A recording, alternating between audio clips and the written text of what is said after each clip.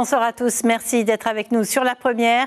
À la une de l'actualité de ce samedi, encore un tournant dans l'histoire de la presse écrite en Polynésie. À partir du 1er janvier, les journaux de la presse nationale et internationale disparaîtront de nos kiosques. Les Imua Days, ou l'occasion d'encourager les plus jeunes à la pratique d'un sport. Natation, sport collectif et atelier nutrition étaient proposés pendant 2 jours à des enfants de quartier de Papeete.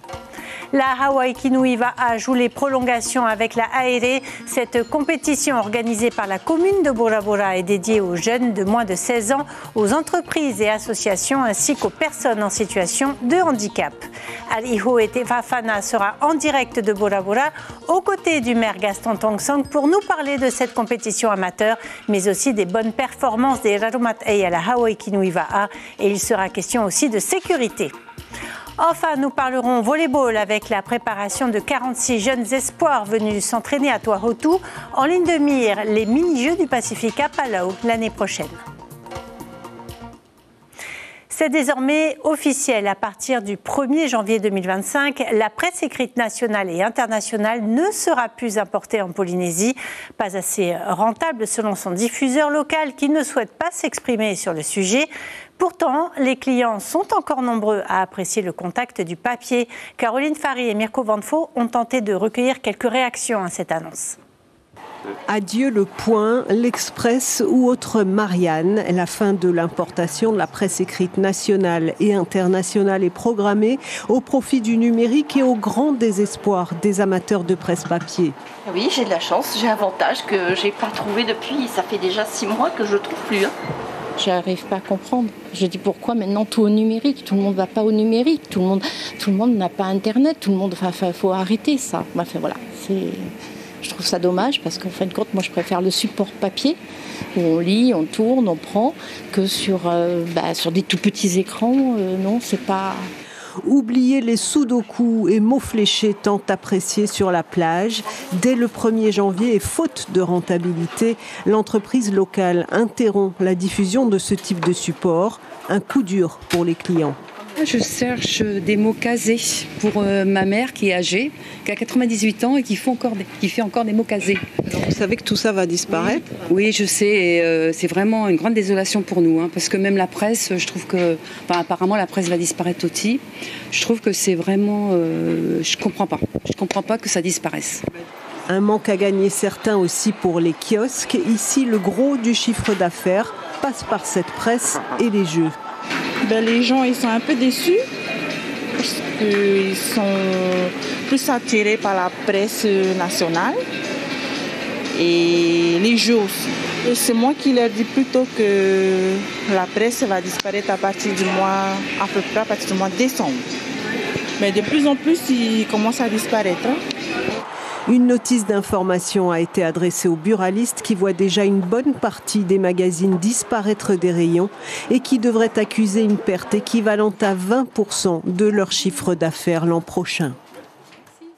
Comment motiver les enfants à faire du sport et pourquoi pas s'inscrire dans un club? C'est toute la raison d'être des Imua Days proposés par l'association Imua de Papeete.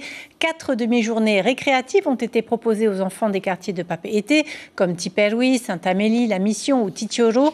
Le sport permet aussi de renforcer leur confiance en eux ou encore d'intégrer des valeurs comme le respect d'autrui, le fair play ou la cohésion. Ismaël Tahiata et Dylan Fels ont rencontré des enfants de Taunoa et de Mamor. Regardez. Une poignée de mains solides pour sortir l'autre de l'eau et surtout pour tisser des liens. Même s'ils ne sont pas du même quartier, ils sont aujourd'hui amis. C'est ça la magie des Imua Days. L'objectif, c'était de promouvoir le sport en général. C'est-à-dire, pour nous, on est un club de natation, mais au-delà de la natation, on a un sport, les sports collectifs. Le sport pour une meilleure santé, le sport pour apprendre aussi les règles et enfin le sport pour savoir comment s'amuser ensemble. C'était bien, j'étais trop excitée d'aller nager à la piscine. D'abord, on a appris à nager jusqu'au bout. Après, on a appris à respirer dans l'eau. On a joué au tapis et tout, au ballon. Et le 4e, on a appris à sauter le saut de la bouteille. Dans cet atelier, connaître son coéquipier est un avantage. En sport collectif, c'est le secret pour remporter la victoire. Et on commence par un échauffement moteur. L'idée déjà, à la base, un sport, c'est fait pour intégrer de la discipline surtout. Et pour le sport collectif, là, on développe en chacun d'entre eux le respect, le travail de groupe aussi, faire en sorte qu'ils avancent, que peu importe le sport, dans un esprit d'équipe. Tout le monde met le masque. À l'atelier prévention et nutrition, on identifie l'aliment par le goût et non par la vue. Ici, c'est la découverte assurée. Moi, je pense que c'est bien de goûter les choses. Il y a des aliments qu'ils ne connaissent pas forcément et du coup, en venant à cet atelier, on leur permet de découvrir, sentir, goûter des aliments différents et surtout qu'est-ce que ça leur apporte. Voilà, c'est pas juste goûter, il y a sous forme de jeu. Après Tonnois et Mamao, c'est au tour des enfants de Titioro et de Vaitabataba de s'amuser. En 2 jours, plus de 200 enfants ont participé au Imua Days, un moment inoubliable pour chacun d'eux. Et notez que sous condition de ressources, un enfant peut bénéficier de 15 000 francs par an pour s'inscrire à une activité sportive ou s'équiper. Et cela grâce à une aide du pays appelée Pass Sport. Si l'enfant est en situation de handicap, il peut percevoir 50 000 francs. La fête du Va'a continue à Bora Bora. Après la grande Hawaii Kinui Va'a, la Aere permet aux amateurs de s'exprimer. Les moins de 16 ans, les entreprises, les associations et les personnes en situation de handicap ont pu ramer entre la baie de Powai et la plage de Matira grâce à 3 parcours différents de 4 km, 6 km 5 et 16 km. Le reportage de Arihuete Afana, Hitimanaki et Marcel Bono. Les graines de champions sont en pleine éclosion sur le plan d'eau de Bora Bora. Comme leurs aînés, c'est également eux qui passent la bouée du moto To'opua en premier. Air Tahiti survole la catégorie cadet. Malgré une pénalité de 3 minutes, le club remporte la course en 1 heure 7 minutes et 57 secondes, pénalité comprise. On s'est dit on va aller cette première place parce qu'on est dans notre dernière année cadet. Sur la ligne de départ, on s'est pas mis la pression, on s'est dit bon, on va aller chercher, on va pas faire attention aux autres. Ça c'est bon, après on a tenu jusqu'au bout, on a poussé, on n'a pas fait attention et on est arrivé. Si la Aere est vue comme une course loisir, l'esprit compétition n'est jamais bien loin. Le départ c'était pas trop bon, après on a essayé d'aller chez les pirogues devant et d'abord on était 3e, après on voulait pas lâcher, on voulait aller chez la première place, on est arrivé 2e. On les appelle les Amazones du Pacifique. Toutes ont tenu tête au concert. La Aere est devenue un challenge annuel puisqu'elles n'ont raté aucune édition depuis 2022. Aujourd'hui, le combat a duré 39 minutes, bien loin de celui qu'elles ont déjà vécu. C'est très important pour nous. C'est pour montrer aux femmes que même étant des femmes malades, on peut, si on veut, on peut.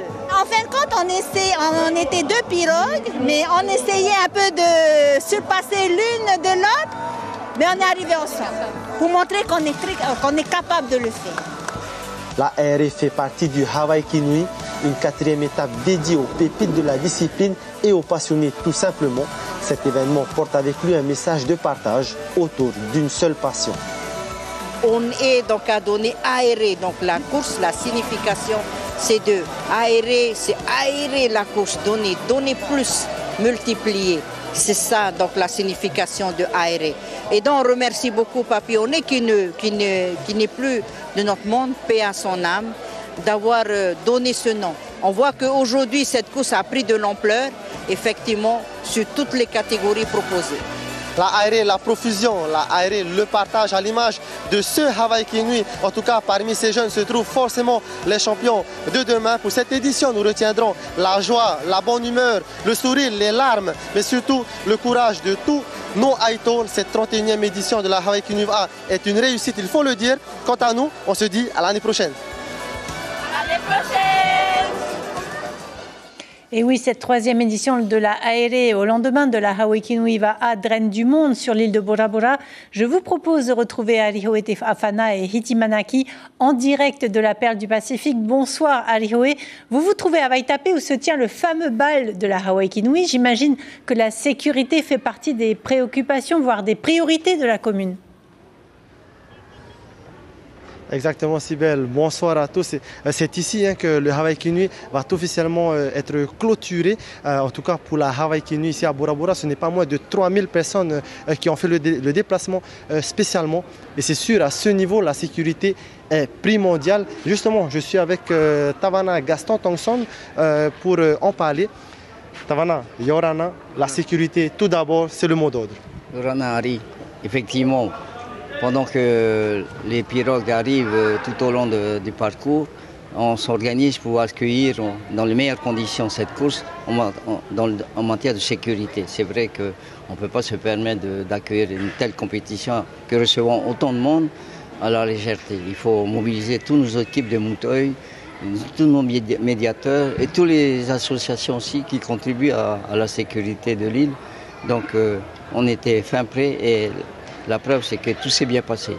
La course s'est bien passée, c'est terminé dans des bonnes conditions, très bonnes conditions, et la météo était avec nous. Justement, aucun incident, c'est pour le moment, c'est un sans faute. Ce soir, le bal du Hawaii Kinui, est-ce qu'un dispositif spécial a été mis en place? Oui, les courses sont terminées, mais pour nous, l'équipe de municipale, on continue à ramer pour le Hawaii Kinui, pour la sécurité. Ce soir, il faut doubler encore plus d'efforts pour que la soirée de remise de prix puisse se dérouler dans de très bonnes conditions. Nous avons mobilisé à nouveau tous nos mouteuils. L'équipe organisatrice de cette soirée aussi s'occupe de la sécurité à l'intérieur de ce chapiteau. On s'occupe de la sécurité à l'extérieur. Ensemble, on va faire un bon boulot en tout cas. Bon, pour revenir un peu sur la Hawaii Kinui, on a vu que les Raromat et Bora Bora se sont illustrés au classement général ou encore chez les plus jeunes. Je pense notamment pendant la aérea au Tamari, Fa'anui, Piroguier. Ce soir, c'est un Tavana fier. Tout à fait. D'une manière, il ne faut pas s'étonner des résultats parce que ces jeunes sont déjà préparés depuis le Heiwa. Parce que nous organisons le Heiwa, nous avons prévu des courses pour les très jeunes. Parce qu'on sait que les futurs champions, ils sont là. Donc, si j'ai un vœu à formuler pour les grands clubs, il ne faut pas se contenter de nos rameurs d'aujourd'hui, il faut déjà penser à la relève. Donc, penser au niveau benjamin, minime, cadet et junior. Voilà. Et j'espère que l'année prochaine, tous les grands clubs, on verra des benjamins, des minimes et des cadets. Derrière nous, on a un beau trophée à l'image de ce Hawaii Kinui, un bel Hawaii Kinui, un beau Hawaii Kinui cette année. Parle-nous un peu de ce trophée, qui l'a fait? Alors c'est un artiste de Bora Bora, Teia, et c'est un trophée, on appelle permanent parce qu'on ne peut pas partir à la première course, il faut gagner 3 fois de suite Hawaii Kinui pour pouvoir emporter le trophée. Alors nous avons il y a déjà 3 trophées qui sont partis, je pense 2 avec Shell et 1 avec EDT. Et on espère que si OPT gagne l'année prochaine, en 2025, la 3e fois consécutive, OPT partirait avec ce trophée, ce beau trophée, qui a quand même une valeur d'1 million. Donc c'est quand même intéressant. En tout cas, Maruru Tavana de nous recevoir ce soir. Maruru pour l'invitation à ce bal, puisque oui, le bal ne va pas tarder à commencer. Ce n'est pas moins de 1600 personnes qui sont attendues ici. Ce soir, le team OPT recevra son trophée de grand vainqueur autour de 21h. Ainsi que son prize money. Merci beaucoup Arihoe et Hitimana, merci beaucoup pour ce direct. Il y a les Jeux du Pacifique de 2027, mais avant cela, des mini-jeux seront organisés en 2025 à Palau. Les prochains objectifs des jeunes espoirs du volley en Polynésie. Un stage était organisé au centre de performance de Toahutu cette semaine. 46 jeunes se sont déplacés des Marquises, de Huahine, de Bora Bora, de Ayatea et de Rurutu. Ils ont pu travailler leurs déplacements, les passes ou encore la cohésion d'équipe. Le reportage de Mélissa Chong. Ce n'est pas le championnat de Polynésie de volleyball, mais une rencontre sportive où les jeunes veulent en découdre à coups de smash. Durant une semaine, les entraînements se sont enchaînés à Toahutu. Objectif, acquérir de nouvelles techniques de jeu. Ça m'a appris beaucoup de choses avec l'attaque pour viser le fond du terrain.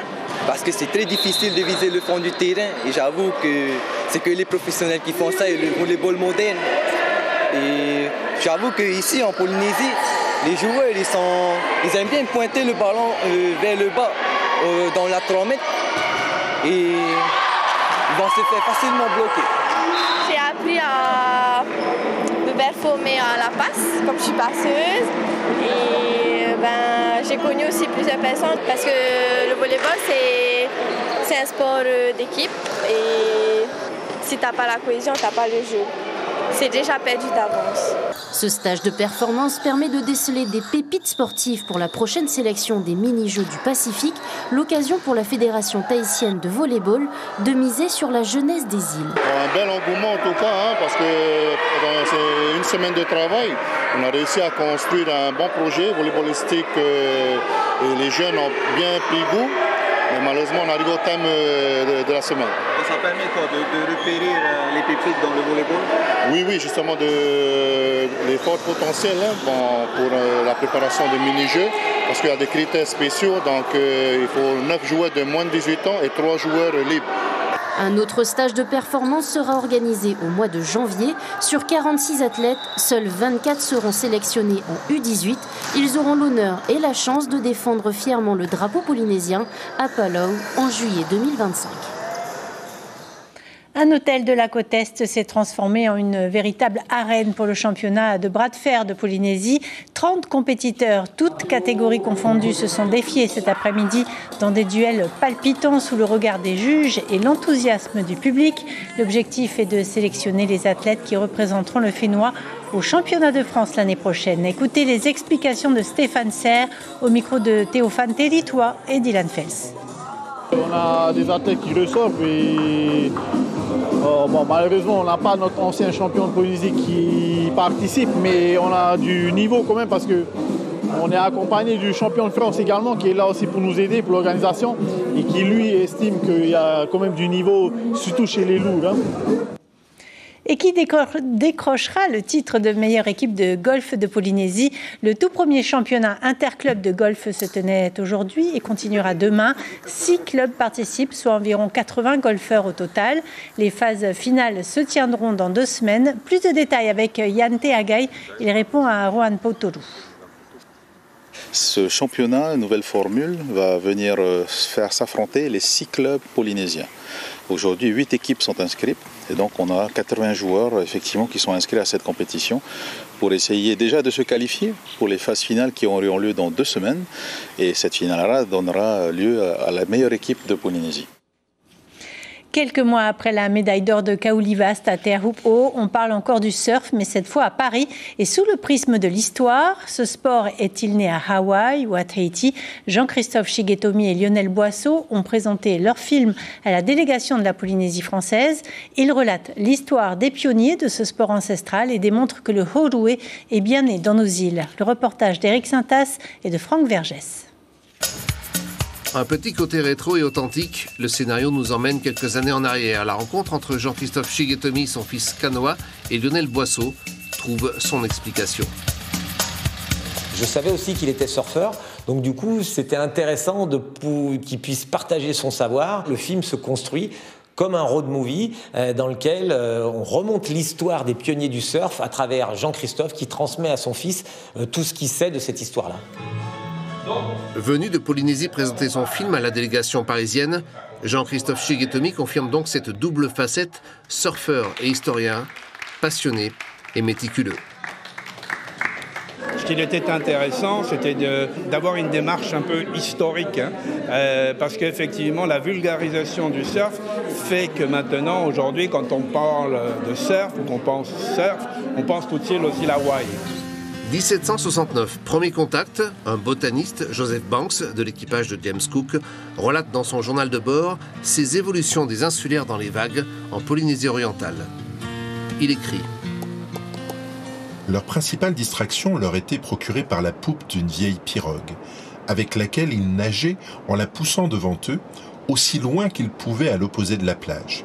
Je voulais simplement rappeler que le surf pouvait être né en fait sur les vagues de Polynésie orientale par rapport donc à la matière archivistique que l'on a.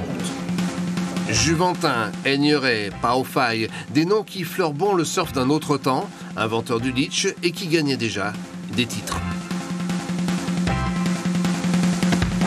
Ces pionniers, en fait, je les ai pratiqués. C'est-à-dire que quand ils avaient une vingtaine d'années, j'en avais 10 de moins. Donc je les voyais, donc je les connaissais. Et sur ce film-là, c'était compliqué de les faire surfer. J'allais pas les faire marcher, j'allais pas les faire courir. Et puis à l'époque, les images, elles bougeaient peu, où il y avait essentiellement des photos. Mais du coup, c'est la parole. Et moi, ce que j'aime bien dans le film, c'est cette parole des anciens. 3 clubs ont tout lancé, Tahiti, Central et Tahapuna. Les championnats de France, l'aventure qui démarre.